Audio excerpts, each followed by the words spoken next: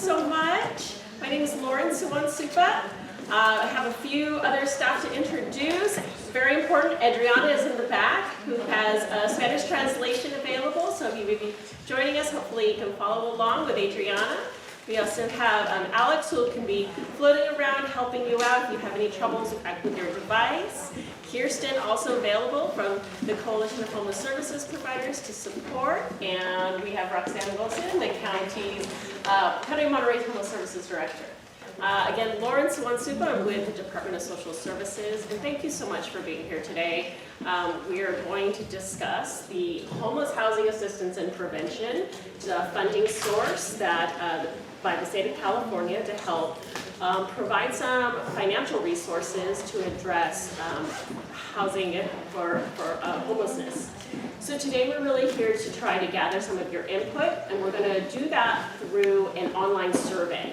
So we're going to move forward, and if you've got your device, there's some pieces of paper throughout that have a link to our survey.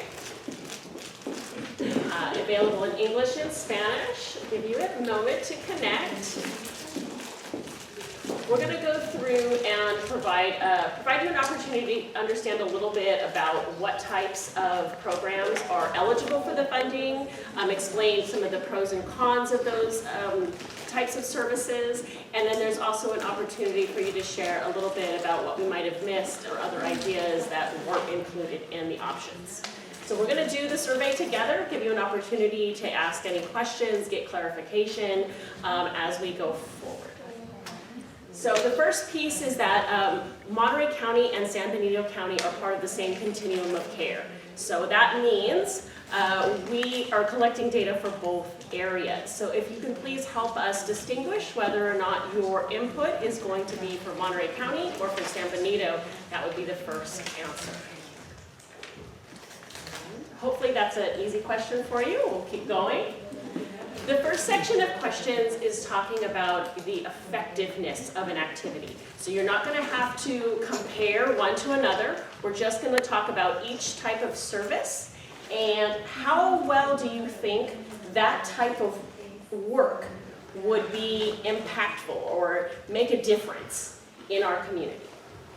So each of the programs, you're going to be able to rate it from a scale of 1 to 10. 1 meaning, I don't think that's effective, I don't think that works. Or 10, this is what you should do, I think this is very effective, I think this works.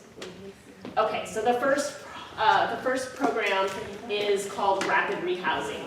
Rapid Rehousing is a type of service meant to help people who are already homeless quickly get rehoused. So these are typically case management services helping do a housing search, identify potential short-term rental assistance, helping them pay like a deposit, their first month's rent, help them settle in and help them stabilize. So the goals of this type of program are to help people attain housing quickly, become stabilized, and stay housed.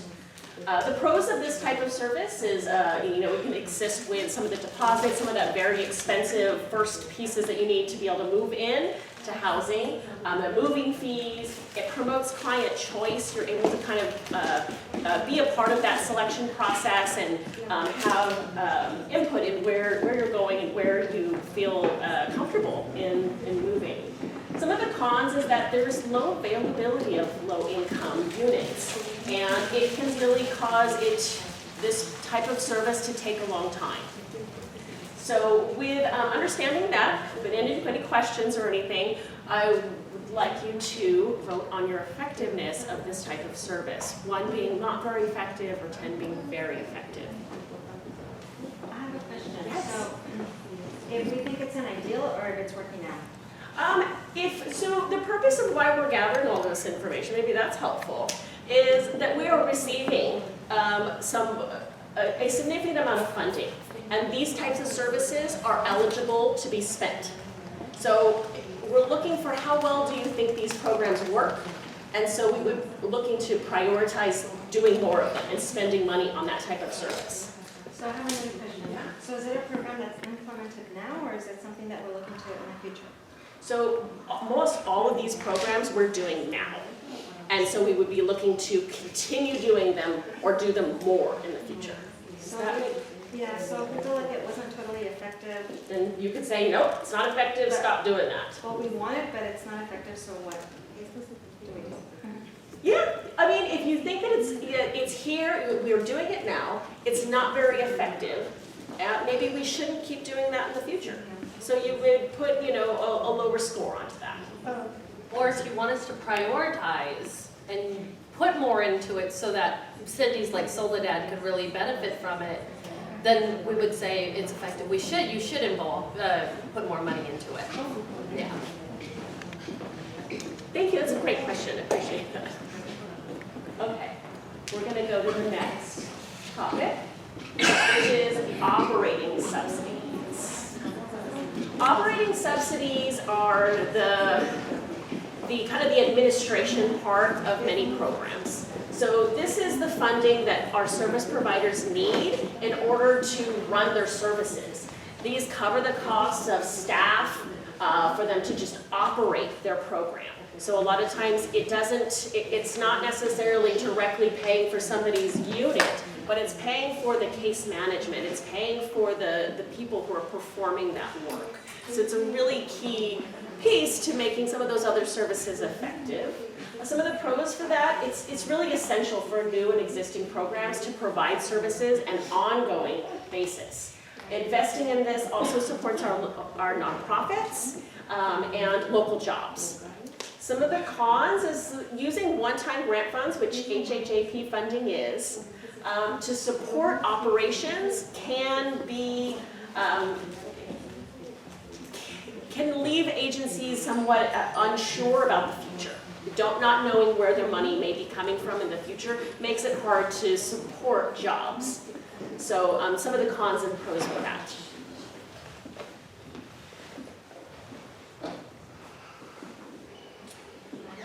I think it's all needed. We Where's just your don't have a- device? Vote. Oh, We need your input.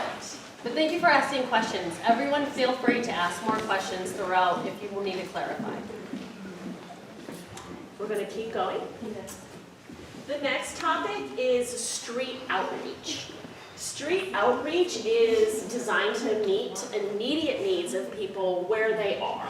So street outreach teams will perform their case management work, perform their direct services on site in unsheltered locations, and help connect people who are living on the streets or living at not in traditional housing with critical services, case management, connections to hygiene resources, and can perform that work in the field versus needing to have somebody come into an office. Street outreach teams also, street outreach as a category also includes safe parking programs. So when you have a safe parking program, you're not actually providing housing for anyone. And so allowing someone to sleep in their vehicle is an important intervention in helping stabilize somebody. It falls under street outreach. Some of the pros of this category is that it provides this service beyond the walls of an office. You're not requiring somebody to make their way to you. The services are making their way to the people. Outreach teams go directly to people who would maybe not otherwise have access to service, and it can be really useful during emergencies or during dangerous weather conditions. Some of the cons is that it's very labor intensive. This type of service, the funding almost majorly goes towards the personnel, and the services don't necessarily include actual sheltering. I personally do appreciate the outreach team from CSU and VHA and Community Human Services, because a lot of the shelters are not located here in South County, and the fact that I'm able to contact them and for them to come every week, they have their dates that they come and be here in person and meet with our unhoused population is very helpful. Fantastic. Yeah, thank you. I think that street outreach really shines when it comes to areas that are outside of, kind of the metro areas where the services are not really focused. So you're really alleviating that need to travel. And there was a question over here. Yeah. Hi, I am from Greenfield, and talking about your street outreach, I know our city of Greenfield, we have some, people that don't have a place to be homeless, right? I can see your cons, about the intensive, the majority of the funds, towards it goes to personnel and service. So how is it that we're really, helping to outreach? Is it our city that has to take care of that? Or how do we get in contact with this? We're having issues at one of my daughter's house, there's fire, there's whatever, but then yet, we don't have the outreach. Maybe we do, but our community is not really aware of what they're doing. So how do you guys help to outreach? Is there somebody that goes out of the city of Greenfield to help them out also? Or in connection with our city manager or our PD department, I just find that there's a lot of, especially right now that it's very cold, that they need a place, to sleep. They need warm blankets, they need whatever. How are we helping them, Yeah, so great questions. Trying to piece out a few of the things that you said. So one, I don't know that we have enough outreach teams to be able to cover everywhere. What we are talking about today is about, teams that would cover all regions of the county. We're geographically very large, and so there's definitely service gaps in trying to be able to identify where teams can go, how to be effective, and reach all of the areas. Right now, I know that the CHE team that the other lady had mentioned that she's had communication with do have pathways to be able to put in a request for outreach team members to come to them. So it's helpful when the community is able to kind of drive somebody to know about a situation that they should respond to. We need money with the homeless, not in personnel. Yep, so that's one of the pieces here that's definitely a con. When you're talking about street outreach, you are talking about the manpower that's just really providing that kind of case management services. And, looking to you to help us prioritize, because that case management piece is an important part of helping stabilize. And shelter is another one, and they are separate. I think a good point of reference, especially for Soledad, or for South County, is during the January storms. And the Salinas River got really aggressive. We all remember what happened here. And if it really wasn't for the outreach teams going dead smack into the storm to go find people and let them know the storm is coming, this is where the shelters are gonna be.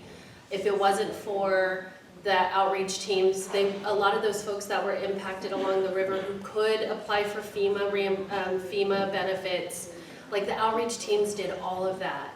So there's definitely a lot of benefits to having outreach, but the disadvantage is we don't have enough shelter beds. We don't have enough rapid rehousing. We don't have enough of everything else. So that's why we wanted to engage with the community to say, with this limited amount of money, where do we need to prioritize our funding? And it's so good to hear your input and feedback about the service gap that we're very much aware exists in South County. But we want to keep gathering the information so we could build the case that these things need to be put here. So thank you. Thank you. I just wanted to add that that particular group has helped King City. We're helping some of these people that we brought today. But we would like to see it in, like Beatriz said, in Greenfield, because there's probably less people and they're more sporadically spread out, so it's hard to pinpoint where they're staying. But I feel that our community is just as important as King City. The only thing is that because King City, their people were more visible, I think that was one of the things that caught people's eyes, and that's why they were able to get a little bit more help. So I think if we're here to speak for the people, and that's one of the reasons that we're all here, because we want to speak on behalf of them and say, hey, we need that too. So, but thank you for what you guys are doing already, and we would just like to see it extended. So thank you. Really quick, Lauren, I'm sorry, but this is a great time to talk about the pit. One of the things that we are getting ready, ramping up for is to do what's called the biennial, not biannual, but biennial, every other year, point in time count. It helps us really understand the need of every single city, and we're looking for 200 to 400 volunteers to make it happen. And we all get together early in the morning. I think we start at like 5:30 in the morning, and all the volunteers goes and physically counts everybody in every city that's experiencing unsheltered homelessness. And the only people who know are the people in the community on where to find folks. So we'll get the flyers out to all of the cities so just, you know, I don't know if you guys have connections with your city managers. Follow Supervisor Lopez on Facebook. That is the way to do it. Follow him because he'll definitely know when when that flyer's out. I got the info today. Yes. Yeah. Well, I think that all our cities, you know, in South County or anywhere, I think that our cities should be able to, our city's not that big in Greenfield, and I think that the city should know more or less how many, you know, homeless we have, what can we help them with and all that. Yeah. So, An address. Thank you so much for everything you guys are contributing to this meeting. Yeah. Yo voy a comentar en español. She's gonna go ahead and do it. Hace como unos 4 años, 5, el alcalde de la ciudad era miembro del concilio nada más, e hicimos el censo de los homeless. Ahorita que mencionó que se ocupaban 200, ¿cuántos voluntarios dijo? 200, 400 voluntarios. Nosotros, el alcalde y 2 voluntarios, 3 voluntarios y con el apoyo de 2 policías fuimos a contar los homeless de Soledad. She's gonna make a comment. So 4 years ago, was it 4 years ago, we went with the county and county council. We went with 2 officers to count in the city how many people lived in poverty and homelessness. So she wanted to make that comment. Y en ese tiempo eran 18 en Soledad. And at that moment Estaba it was 18 lloviendo, and como it was ahorita digo que es raining. importante que tengan un lugar seguro para ellos. So it's really important that there is housing for individuals. There was 18 and that was a rainy season that time.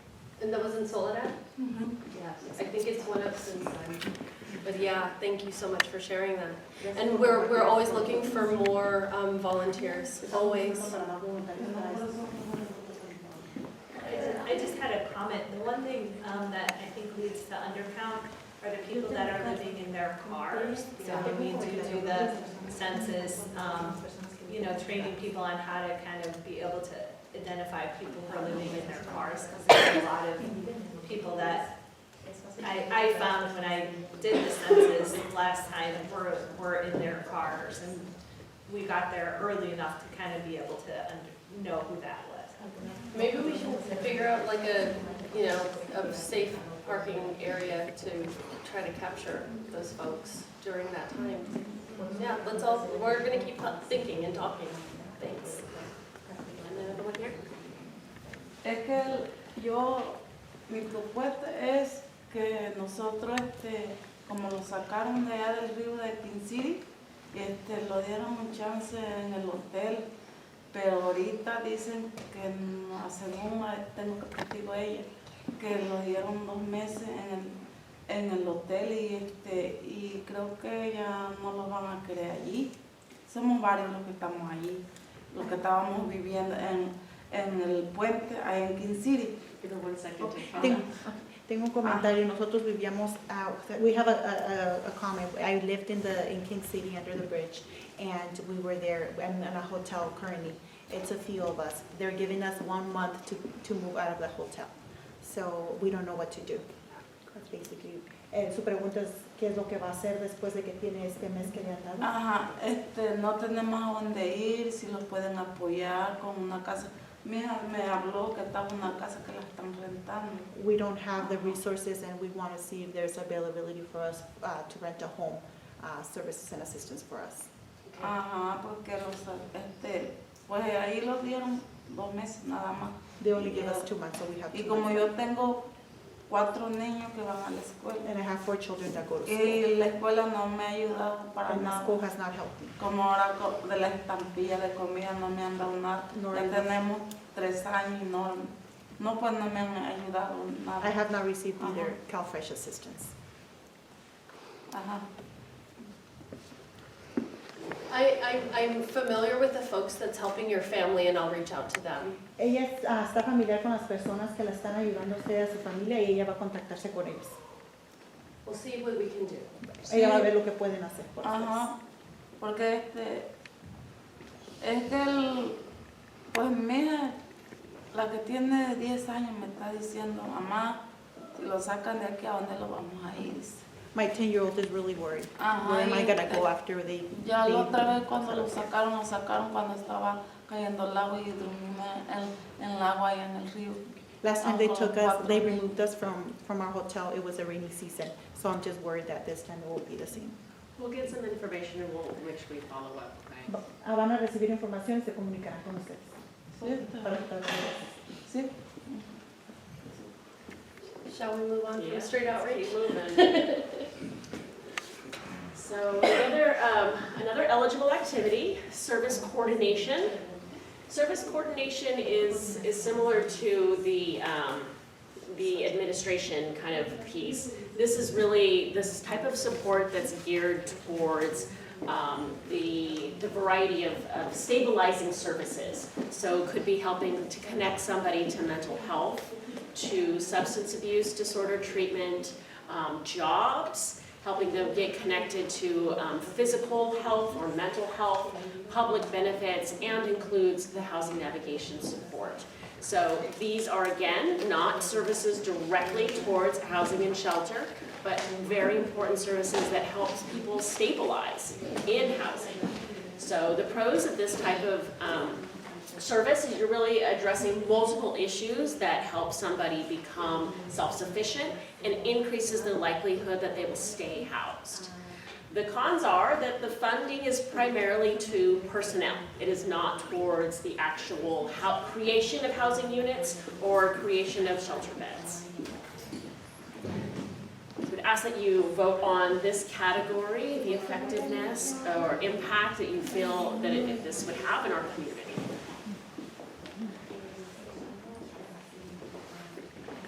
Questions on this one? We'll keep going. I have a question. Yeah.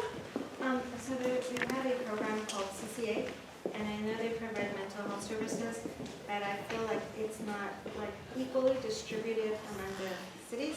I know we have it in Greenfield and Winfield West, and some of these ladies were actually coming last year, but the problem is transportation, bad weather, and I think it would be great if we could get those programs like in King City, Gonzales, here Soledad. I think Soledad has it too.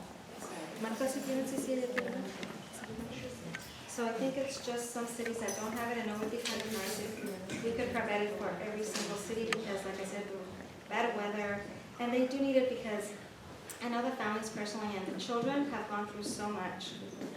Some of them had dysentery when they were living at the river. There was 2 close calls up, we didn't think they were gonna make it.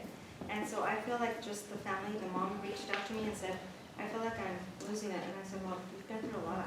So I think if they could provide those services where they're at, so they don't have to be navigating and trying to, even today was kind of a little bit of a struggle to trying to get them over here because of the transportation, and then the transit, I know because of the timing, that they only run through 6. So we were trying to figure out how we were gonna shuttle them. And there's a lot more people that wanted to be here.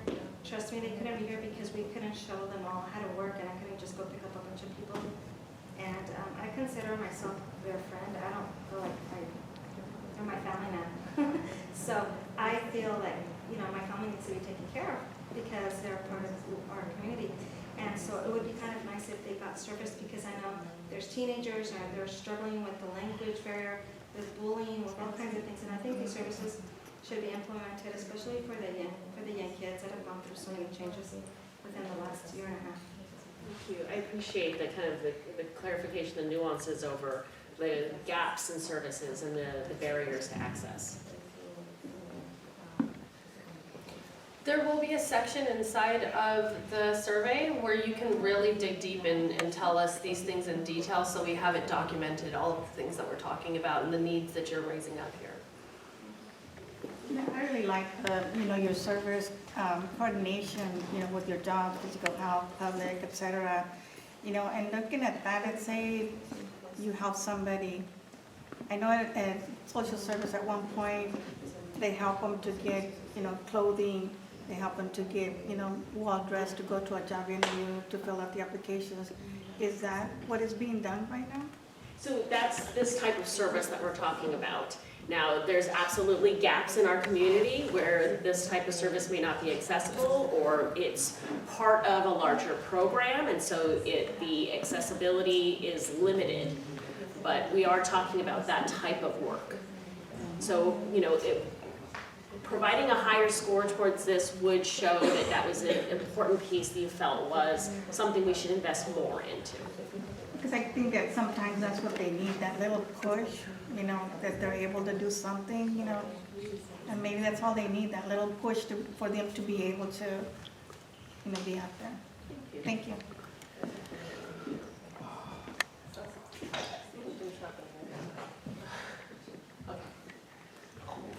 Permanent supportive housing, that's PSH, permanent supportive housing and innovative housing solutions. This is a category that is creating new units, new places for people to live. So this category includes traditional housing, that you just regular houses and apartments. So purchasing those type of traditional housing.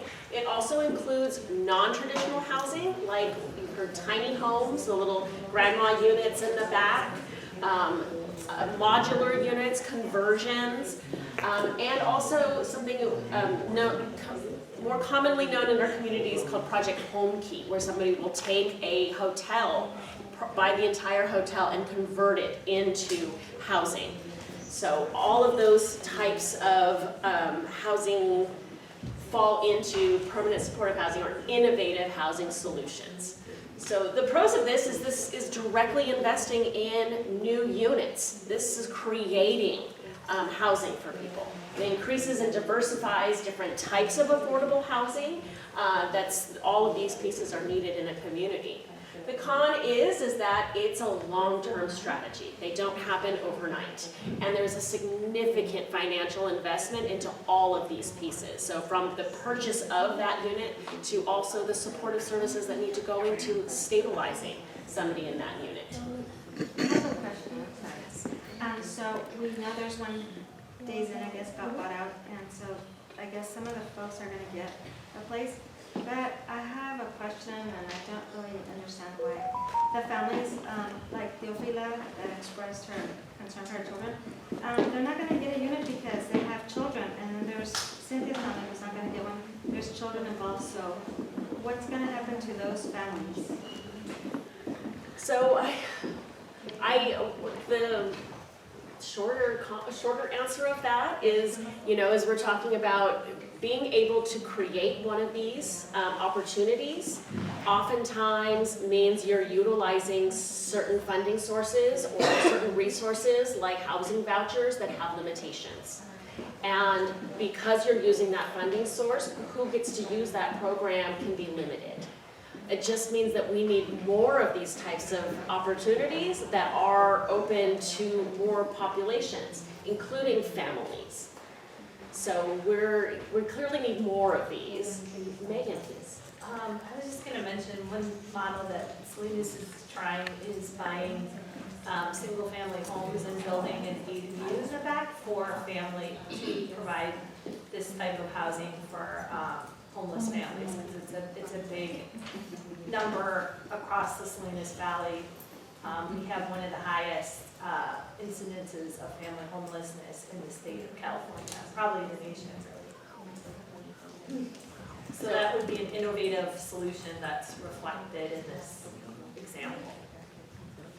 So to your example there, it really is, meeting multiple projects that serve a variety of populations. You had a hand raised up there, Paige. I'm Somebody? Anna. Okay. Thank you. Others? We're going to keep going. A couple more of these. Interim sheltering. This is what you would think of as a shelter. Interim shelter means it's a temporary place to stay. It provides basic needs, food, safety, hygiene. and some supportive services to find and obtain housing to move on from that temporary space. The pros of this is that that is a bed, that is a safe place to go. Provides immediate relief and allows somebody to stabilize while they're working on improving their health and finding their housing. So this really is very classic mentality of what a shelter would be. The cons of that is that it is temporary and it is not permanent housing.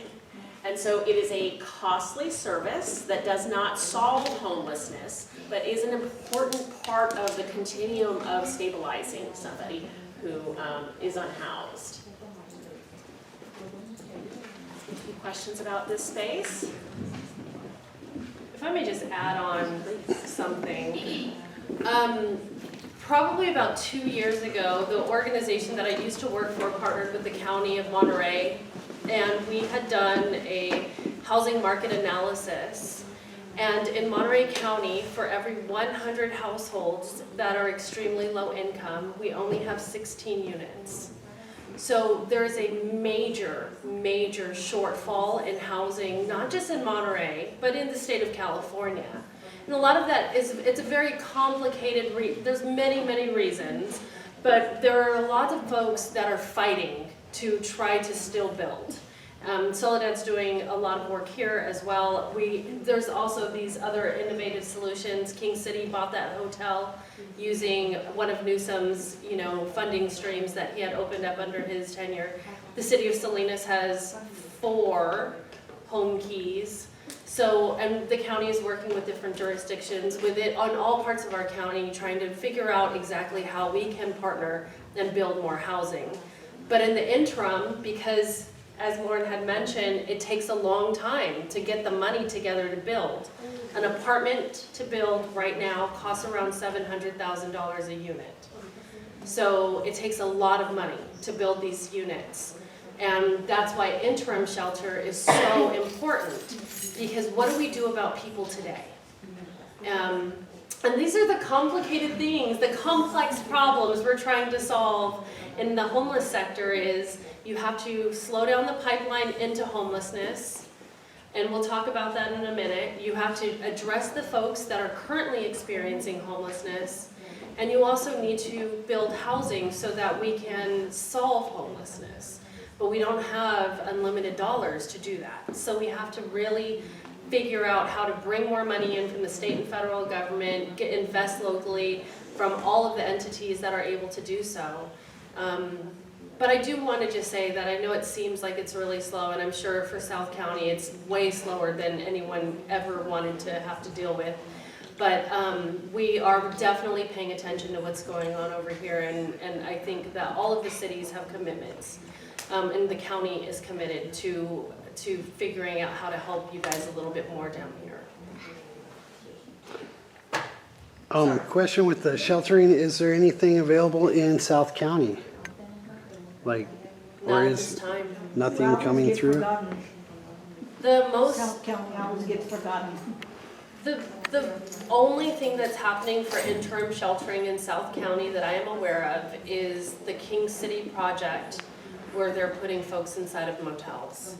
And that is a very temporary, highly effective, but temporary solution, and it is very costly.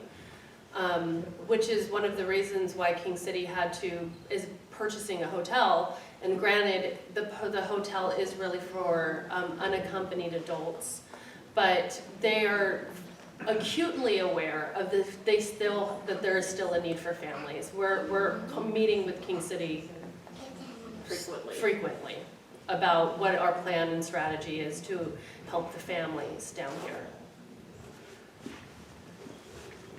Yes. I'm channeling our police department. And many of our residents have brought this up, the need for a domestic violence shelter, because that's a huge thing that is occurring, at least in the city of Soledad, and there's not a place for people to go, and it's a problem. Thank you for sharing, Megan. Make sure you put that inside of the survey. Too late. Add another one. Yes. Okay. I All right. Keep have a going. question, sorry, before you move on. So what can we do get you to help out Greenfield with the same situation, although maybe it's at a smaller scale? Type it in there. We're trying to gather all of this input. This is part of our, data gathering and analysis process. We need to put together a comprehensive plan to address this issue throughout Monterey County. So we're here today to ask you what you need. And all of this, really taking this time to share your thoughts, share those gaps. We're listening. Yo tengo una pregunta. Estoy escuchando que dice que King City va a comprar un hotel, pero en los homeless de King City hay niños. Y yo metí aplicación porque yo soy una de ellas. Hace un mes, gracias a Dios, la organización Celebración Nación me ayudó a conseguir un departamento hace un mes. Pero en los homeless que quedan está mi mamá. Mi mamá tiene 4 niños, pero no aplica para agarrar el hotel que va a comprar King City. ¿Por qué? Porque tiene niños. Y yo creo que... She's saying I know my understanding King City is going to buy a hotel, but my mom did apply for the hotel. The reason she didn't qualify is because she has children. I've been assisted from Celebration Nation. Celebration Donation. Celebration Nation helped me to obtain an apartment where I am. So now is my worry, my concern is, ¿ella es mamá? Sí. Oh, and now my concern is my mother. Where is she going to stay because she has 4 children? We appreciate putting your input about, the gaps for families in the area.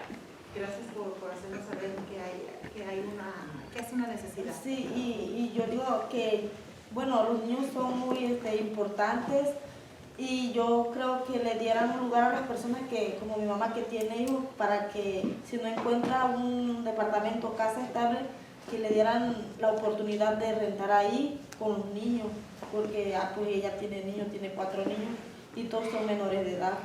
I believe children should be a priority. My mom has 4 children under the age of 18 that are minors, and I would like that they be considered, or there will be a program that considers children as a priority. Thank you. Gracias. Okay. On to the next. Oh, sorry. What was it? That was the next one. Oh, sorry. Prevention and shelter we haven't talked about. Prevention and shelter diversion. This is a category that is intended to prevent someone from entering homelessness at all. So this is prior to somebody being actively homeless when they are at risk. This is a type of service meant to help prevent them from becoming homeless or needing shelter. It's meant to help those who are in unstable housing situations, such as having an eviction, living in overcrowded conditions, or someone couch surfing and running out of options. These type of programs can provide financial assistance, robust case management to help re-stabilize and maintain that housing that they already had. The pros is this really reduces the number of people entering into our already very full homeless system and intervene before they even need to come into shelters. The con is that is not addressing the overwhelming need that we have for people who are actively homeless. Any questions about this category? My only question on this on homeless, I know that there's quite a bit of family members, friends, etc., that live on a home that maybe 2 or 3 families are there. And, sometimes there will be, excuse me, a situation where they're having problems, they want to evict them. So what type of help would they, I noticed that prevention, what are we doing to help them out? So prevention can look like a lot of different things. Prevention could look like helping them find another unit and assistance in paying, part of their But they're living with move-in another costs. family. Right. So an overcrowded housing would fall into the Okay. category where they would be able to qualify for a type of prevention service. They're currently housed, but it's overcrowded housing that typically wouldn't allow them to qualify for some of our traditional homeless services, because technically they have some shelter, but it would work, they would qualify for prevention or diversion services. I agree to a certain extent that they have a place to stay, a roof over their head. But it's not when you- stable. Yeah, it's Yes. not stable. The kids are sleeping on the floor. Right. They have to go to school the next day. They're tired because those are the type of situations that they can't buy home. Your rents are like $3,500, you know. And if you're a farm worker in a South County, you know, there's no way you're gonna pay $3,500. You know, so these kids are the ones that are suffering. We have to build housing to solve that. Every unit is full right now in South Yeah, County. Mr. Wood? The city of Greenfield has supported the building of housing. You know, there's other folks in our communities who don't, right? And it's hard, but if we do not build additional units in one form or another, we will not take care of people. And it's gotta be affordable because there's no way, even the Right, rent. all units, right? Because even if you build a higher end home and somebody who's in a middle-level home moves up, and then that bottom level moves, there is this action that happens when you build houses. But if we just don't build and we sit here and we argue about protecting every acre, then we're never gonna get there. We'll never take care of our neighbors. And we can sit here and talk rent control and rent, you know, lists and everything else, but at the end of the day, that doesn't put another roof over a family's head. Yeah. And we know in South County, we've got 3 to 4 families per house. You know, it just hurtful, you know, with all these children, you know, not being able to get an affordable housing for them. And I know we need to work hard. I know city manager and the city council are doing their best, you know. Not easy. I know it's a lot of hard work. Yeah, and with housing, it's housing, it's like supply and demand, right? We have limited supply, which means the demand is high, which means rents are high. By having more housing, in theory, the rents would be a little bit more stabilized because the demand is not as high. You see in places, usually in the middle of the United States, where the rates of rent is much slower than how fast our rates are climbing. California is an ideal place to live, right? We have great weather, we have that beautiful ocean, it's like a great place to live. So we, by default, have a lot of people who want to live here, and it makes the market very competitive. But to Supervisor Lopez's point, we have to keep building. And it's hard. It's all very complicated. I just want to say thank you, you know, I know it's not at the end yet, but I want to say thank you for this program. This is really nice. I'm from Greenfield and I saw it on social media, you know, and I just hope that we can reach more people in other ways, you know. It kind of saddens me not to see many people here, especially those that really need to be here to listen. You know, I'm learning. I have my own house in 1979 and I'm lucky, you know, but there's a lot of other people that are not lucky. So thank you for putting this and, you know, it's an awakening, you know, to what really is going on. Because I don't see that much because I have a home. But now that my kids are fully grown, you know, some of them are paired up. My grandkids, some of them are sleeping on the floor, you know, et cetera. And that's where the hurt is. Thank you for. Thank you. I also just want to really recognize that, you know, it's not enough. We're here, we're listening, but we're also, you know, trying to gather input about a very limited resource. You know, the state is giving us one-time funding that we're trying to be as comprehensive as possible. So we're here to ask, where can we be the most strategic? Where can we be the most impactful? But there's really just not enough resources to do all of it. If you're voting tens on everything, we're gonna have a problem. Can I ask for one clarification from you, Lauren? I know B had some concerns about how many people are here tonight, but can you share how many people have been at the other ones you've been? Because I'm kind of proud of how many people we got here. I'm really proud of how many people are here too. And you know what, if you didn't come tonight or you want to take it back, they can do the survey without being here. You know, we're trying to provide a good, robust discussion about what these types of services are, but anybody can do the survey. You can take it back home and share it, English or Spanish, and they can read through and do the survey and provide their input. So not coming tonight doesn't prohibit somebody from participating. Is this the biggest session you've had so far? This is the biggest session.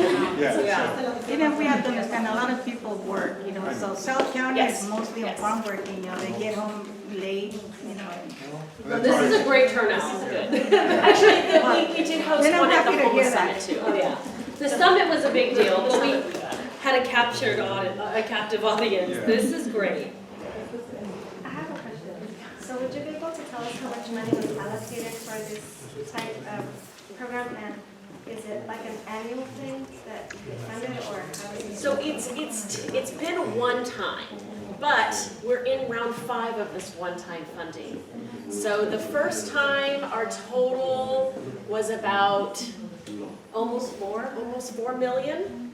And then the second round was much smaller, I think Much less than smaller. 2 million. The third round was 3. The fourth round was also 3-ish. We don't know what, this is gonna be round 5. We don't know what it is until January, they'll let us know. But we're expecting, something similar to what we had before, so maybe 3 million. So the state has never promised that this was going to be ongoing funding. And we're very grateful that our legislators and that our governor has invested a significant amount into homelessness.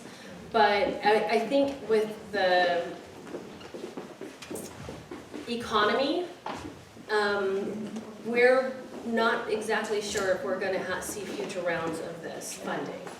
And we really have to act accordingly. Every time we have to assume this is the last time.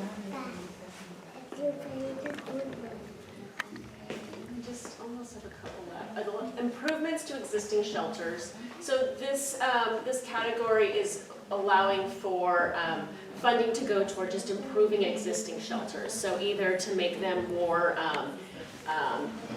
handicap compliant, to provide maybe more privacy and separation for better partitions, better access.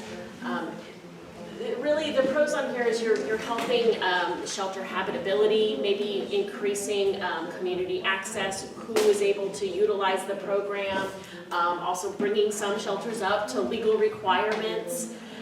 The cons are that it's not permanent, and it may or may not even increase beds. If it's really just creating more partitions, or if it's creating wheelchair access, it may not create more beds. But it is an important piece in just making sure that the ones that we have stay accessible and open. And places where people want to stay. Yes, yes. That you have some privacy if you're going into a shelter and can maintain some, semblance of yourself. Okay, so we're on to the next section. So outside of here, we were doing the rating of 1 to 10, and we were not comparing one program or one eligible activity to another. Now we are. So now we're asking you to look at these types of activities that we're performing in our community and rank them against one another. So to look at the list, what would you prioritize? Knowing that we have limited funds, knowing that not everything is going to be able to get funding, what is most important? What is your first one? Yeah, can you X that What out? is that little button? Please hold. Thank you. Yes, it's the interim sheltering one. It's the shelter beds. And so if you're in there, you should be able to grab it and drag it up or down and move all of the options. If you're having any device issues or anything, you need help, we've got people to help you out.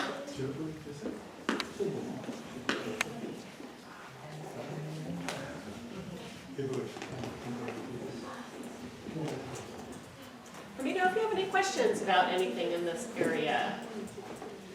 So there is a bit of, a description over what it is, and then in the parentheses is the category that we just reviewed, all of those different eligible service categories.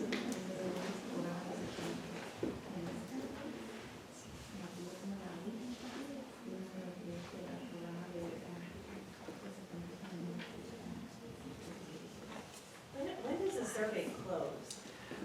We've been pretty flexible with that. We do need to come up with a deadline pretty soon. We're aiming towards trying to hit a threshold of, we're wanting at least 500 responses, and we're doing really well on that. I want to say we're over 300 already. I think we're almost at 350. Yeah. So probably sometime after the new year, early after the new year. Can you give, we have two engagement folks here from Greenfield and Soledad. I wonder if they would mind taking a stack to get out to their. QR code? Yeah, the QR codes. We also have PDF flyers where you'd be happy to share for you to post on your social media and hand out. And if you want us to come to Greenfield to do this in Greenfield, I think we can find a way to schedule it in as well. I think that collecting data from all the way from San Ardo all the way to Pajaro is very important.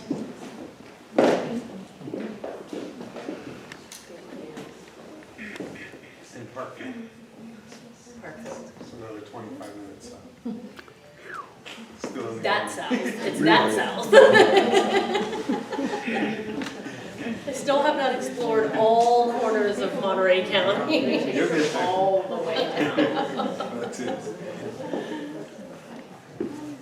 Well, as you're working on that one, we're going to just keep talking about some of the other sections. So to move on to the next one. So this was that space where we kept mentioning of your additional comments. This is an open-ended space for you to tell us, what did we miss? What are the nuances that weren't captured in some of the more, quantitative data? This is where we're looking for, some of the issues that you're experiencing, some of the gaps. What did we miss? I have a question. Yeah. We have a question. We were wondering to add to our comments. We're not sure what it's called, but where you serve people food, like warm food, maybe once a week or something? What would that- Prepared meals. Prepared meals like in a public setting, or how do we? Yeah, so maybe like a community meal. Oh, yeah. Yeah, like a soup. Yeah.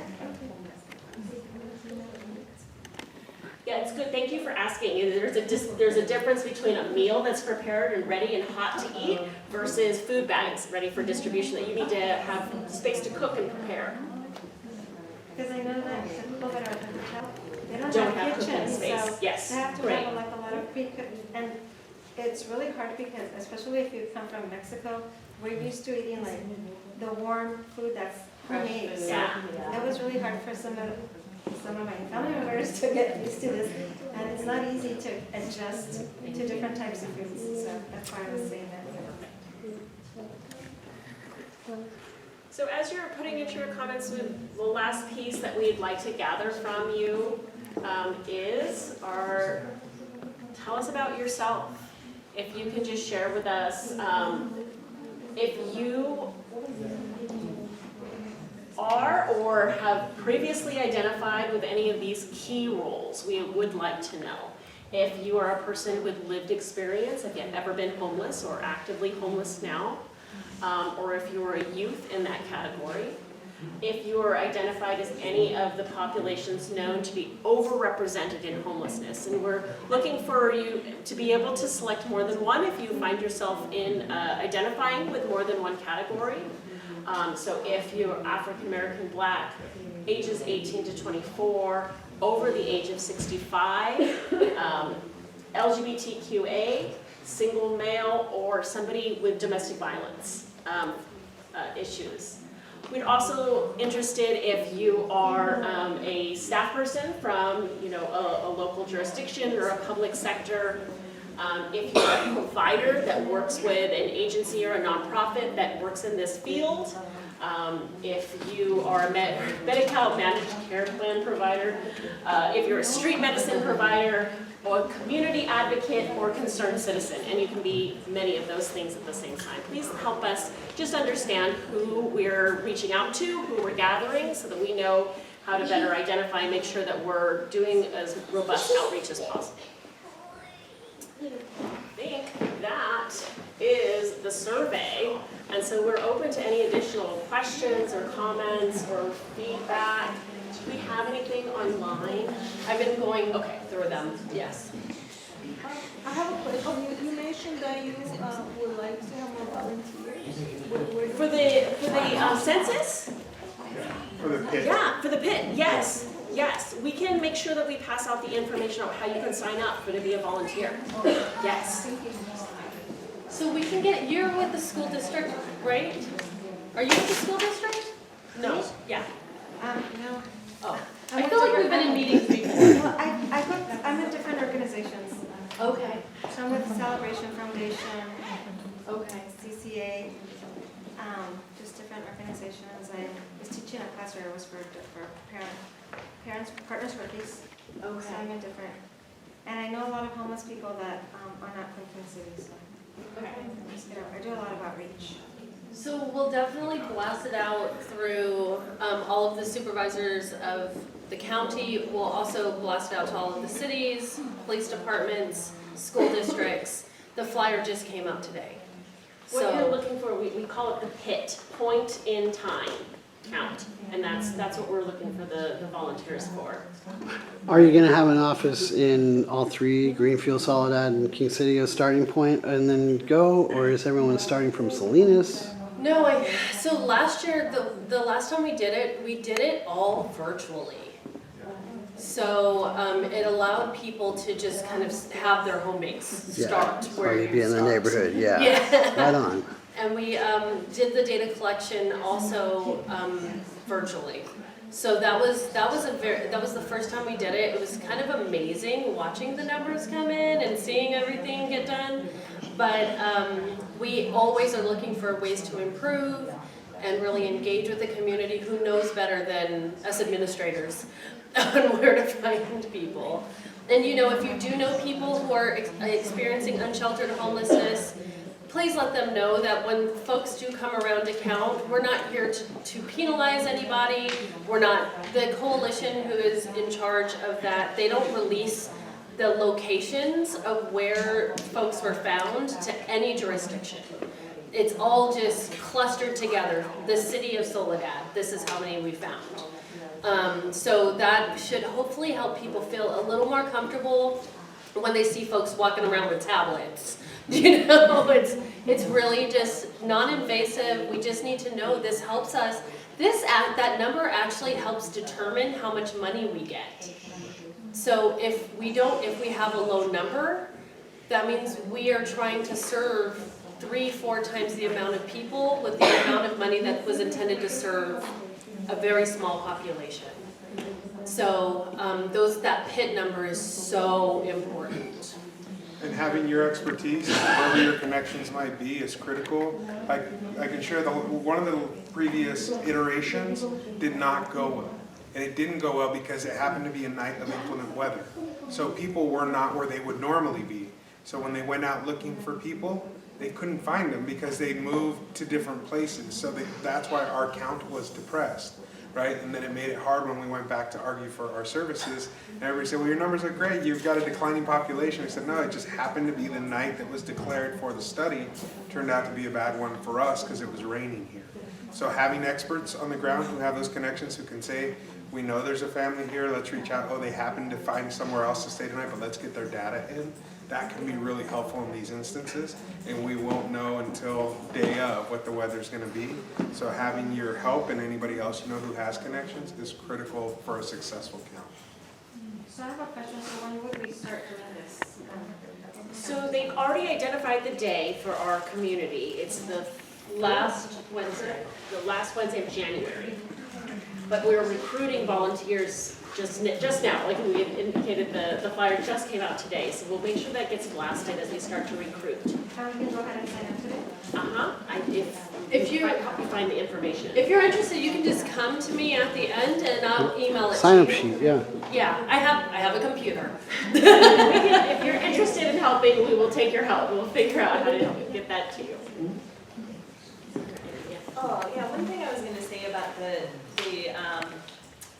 count that might have been helpful, having done before where you met up, and then this other version. I like the last version because it was easy with the pads and stuff, but I did feel that there was something missing because you couldn't necessarily debrief or pre-brief And for me, I think some of the virtual doing, something was a little bit lost. So I don't know if there's an opportunity, especially in smaller communities that might not have participated in it before, if there's an opportunity for having like a meeting.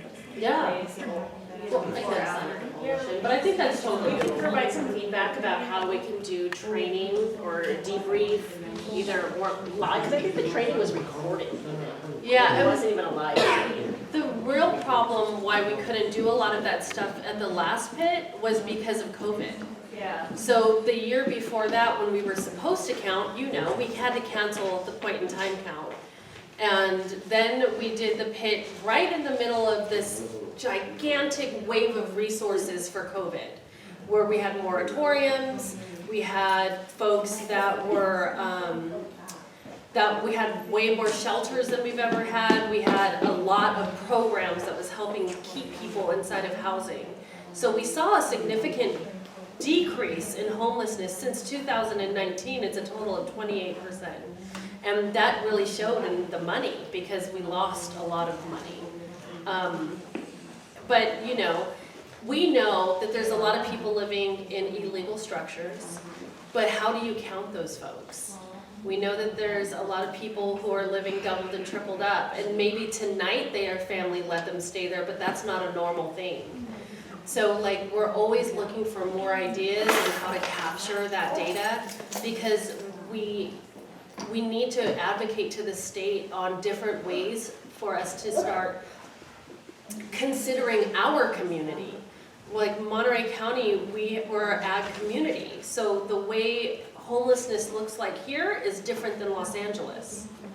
And we're always talking to the state about homelessness here, but we have to come to them with ideas on how to start counting this stuff.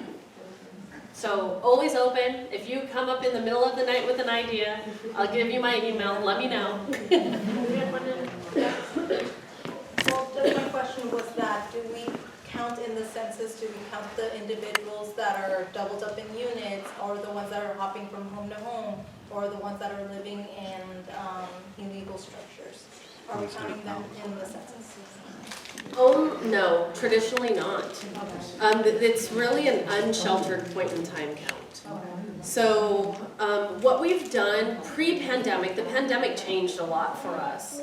But pre-pandemic, we were working with organizations specifically for like transition age youth, where we would host events so that they could come out and we could count then. But the pandemic has really changed a lot, so we're really trying to get our bearings straight and figure out what does it look like now, post-pandemic. But if you will probably know a lot about where people are, and I think that there's opportunity. She's from the coalition, so the coalition is the Continuum of Care lead agency, and they're the ones that's in charge of leading the pit every other year. Got a question over here? Pues ahí en King City hay un refugio y ahí, bueno, en el hotel que están donde están ahorita son 45 cuartos y en cada cuarto hay 3 personas.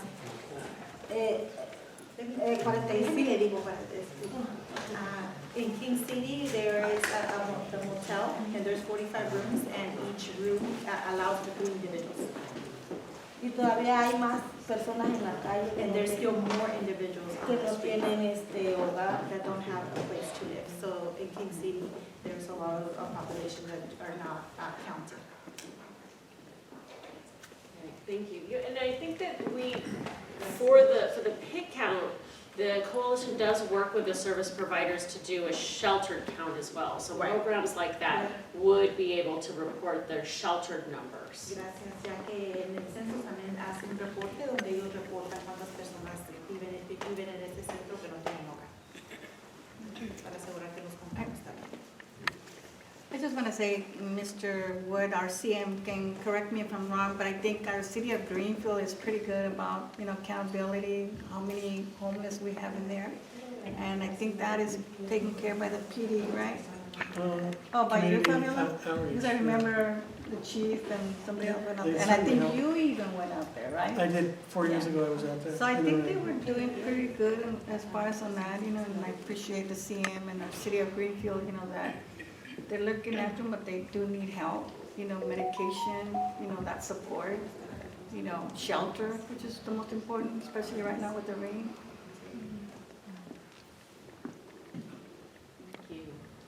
One other comment I was going to make is that there's not a lot of money, so when the applications are being scored, I think it would be important to contemplate leverage. How are people, creatively using other programs to kind of weave together otherwise?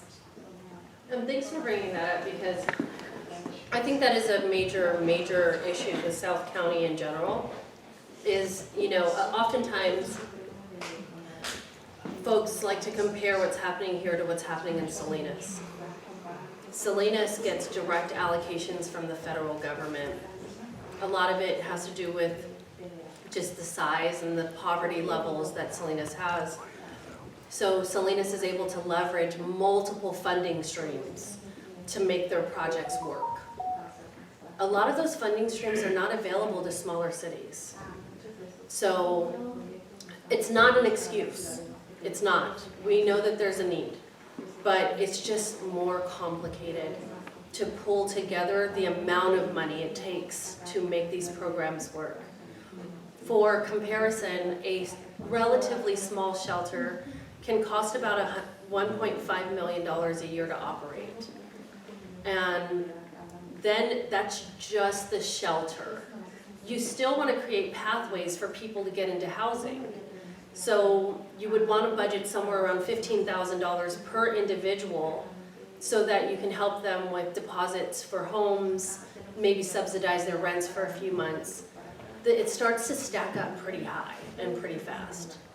So we continue to meet to try to figure out how do we piece together a project that could be very beneficial to South County residents. Where would be the best place for that to be? Because although folks may think, oh, well, they're all together, you guys are really far apart from each other. Greenfield is not as close to Soledad as I think a lot of people want to. We're the heart of the valley. No, yeah. But you think about it, right? Like, I would love to say, let's do a regional approach, and I do want to do a regional approach, just so we're clear. But it sounds a lot easier than it actually is. It's going to take a lot of resources and a lot of great minds coming together to figure out how to do it. But I do want to tell you that folks are trying to figure out how to do it. And it's not that you're forgotten, it's that we're strapped for resources. So we got to keep building and keep going after state and federal funding to help make it work. And all of that takes time. Yes? And just to share with us from Greenfield, I know that it has been something that the county takes care of with the homeless issue, but the city, because we do have a need, we've been internally reaching out for funds, EFSP program, rent or stable housing funds, but it goes fast because the cost per month is so high. So it's like we can have this much this month, but the need is so high that it goes so fast. So there's really no time to advertise it. It's like we get it, hey, I'm homeless, and that's how fast it goes. And those public records that people can see to see where the money is really going and how many people homeless you guys help. Yeah, it should be, right? Because it's all through our check request. Yeah, it's all check request process. Yeah. But the times that we have posted it on social media, it's quick. And so it just shows how expensive even 1 month of motel fees can be. And you guys had done the emergency rental assistance program in Greenfield too. So that was a gigantic wave of funding. I think all South County cities did it, right? I think so, yes. What? Yeah, I think King City did, Soledad did. So that, it went like that, and it was like $40 million. Yeah. So we're talking about like 3. So put that into comparison. And I mean, the need, but it just goes to really exhibit what the need looks like in our entire county.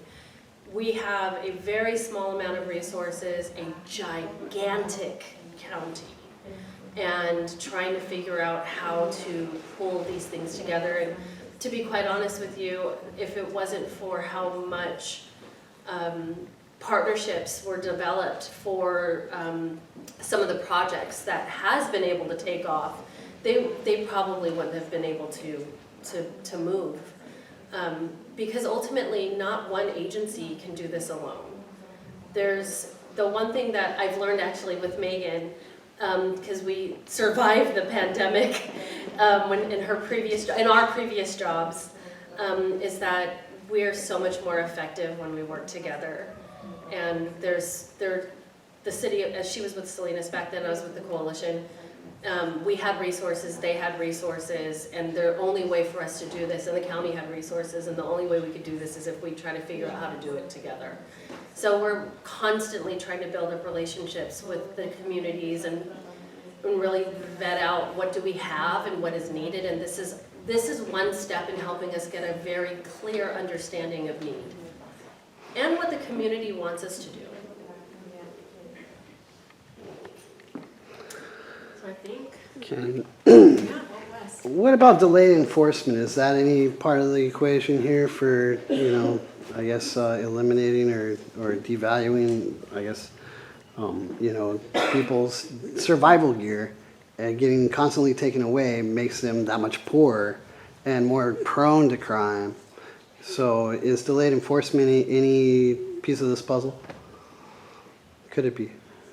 I think that's a really hard question to answer. If there were like minimal health and safety standards. Minimal that health could be and met. safety standards. I think that there's definitely ways for us to work with people who are unsheltered so that we can minimize health and safety standards. I mean, like minimize health and safety issues. Risk, yeah. Yeah.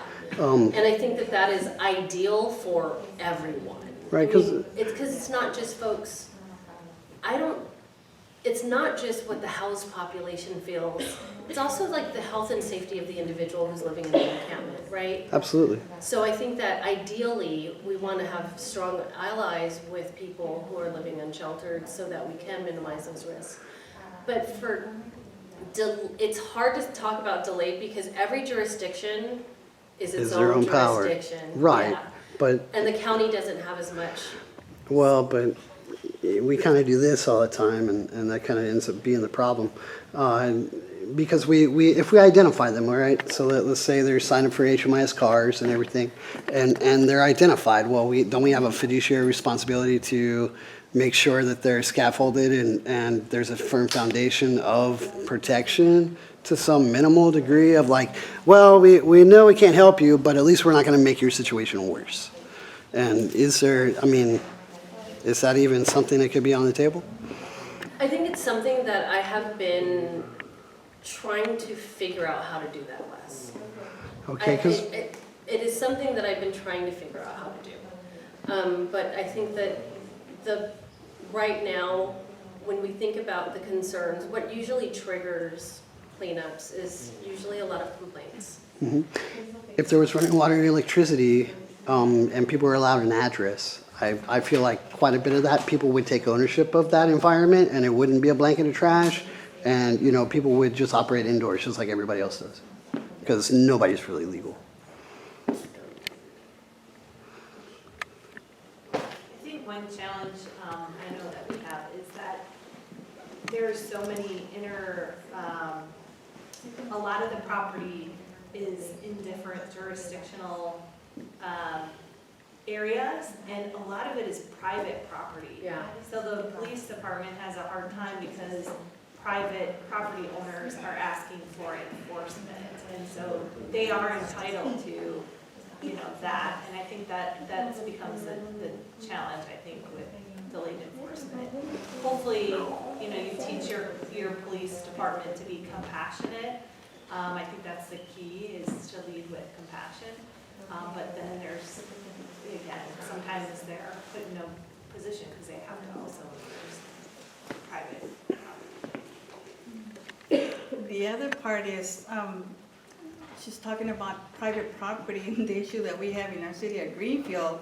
It's a state, it belongs to Caltrans and all that, you know, so that's, I mean, I know Public property. it's considered, you know, private property, but belongs to the state, not to an actual owner, et cetera.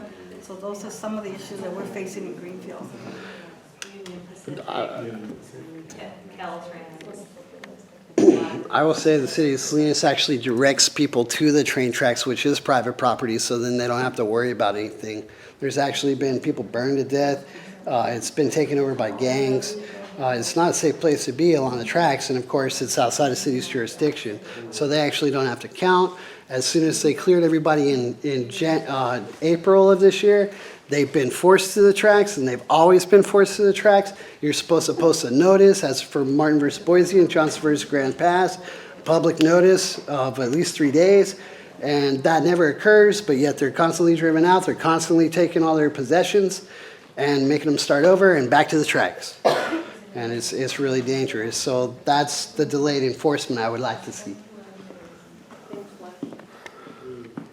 Our issues is with the ramps on the freeway on Walnut, you know, it's part of it, it's, you know, belongs to the state, and you see some of the homeless, because my daughter's house is right there, you know, with, facing the ramp, and they're running from the little hill up to the freeway, you know, waving, you know, their shirts or whatever, and you talk to the city says it belongs to the Caltrans, to the state. We talk to Cranston, and they say it belongs to the city. So I feel bad, you know, that my daughter has to be constantly, you know, calling the fire chief and the PD. I know it's not their fault. They're doing what they can, you know, with what little they have.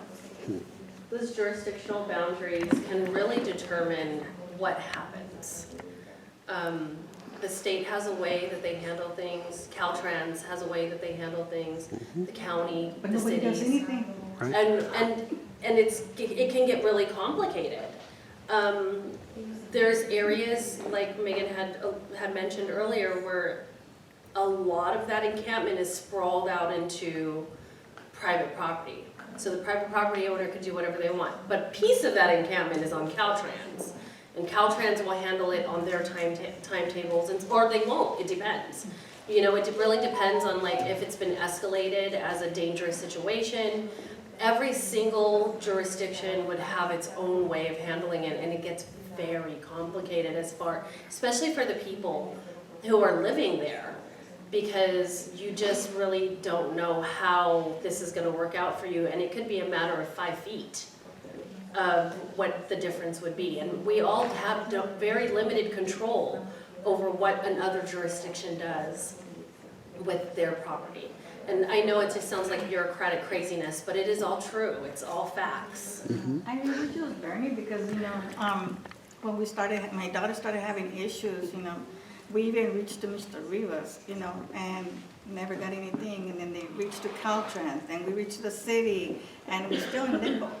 You know, those people need a lot of help, you know, and it's a dangerous place to be where they're at right now, just like you were talking about, you know, the train tracks, you know, that's a dangerous place to be there, you know. Yeah, I agree. There's a lot of need. There's a lot of need. I've met some pretty amazing people who are living unsheltered and listened to their stories.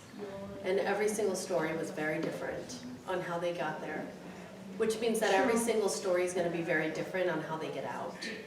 And we have to create a very comprehensive and diverse system that can accommodate the needs of a very diverse population with a very limited amount of money. So, but we are, you know, there are jurisdictions that are pursuing all of the money they absolutely can. I know that, you know, the county, I'm going to do a presentation to our homelessness committee on Monday. Wes, we're having a homelessness committee on Monday. Where I will be presenting 2 opportunities where we can pursue funding to help folks who are living unsheltered.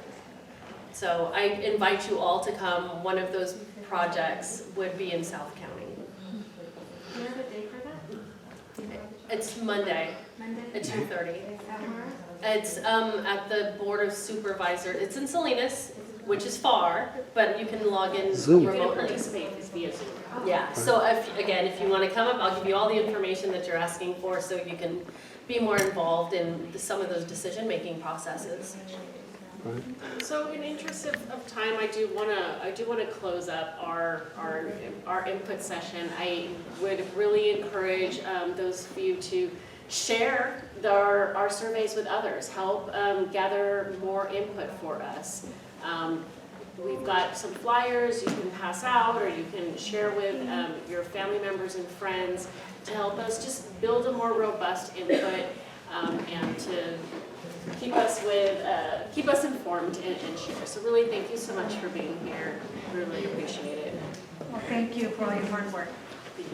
Thank you. If you live in Soledad, we're having our Christmas parade on Saturday. Well, There's events from 2 to 6 Here. Sell it. What's going on in Greenfield? There's a couple things. Check out our social media, Greenfield_California on Instagram. You can see all the updates.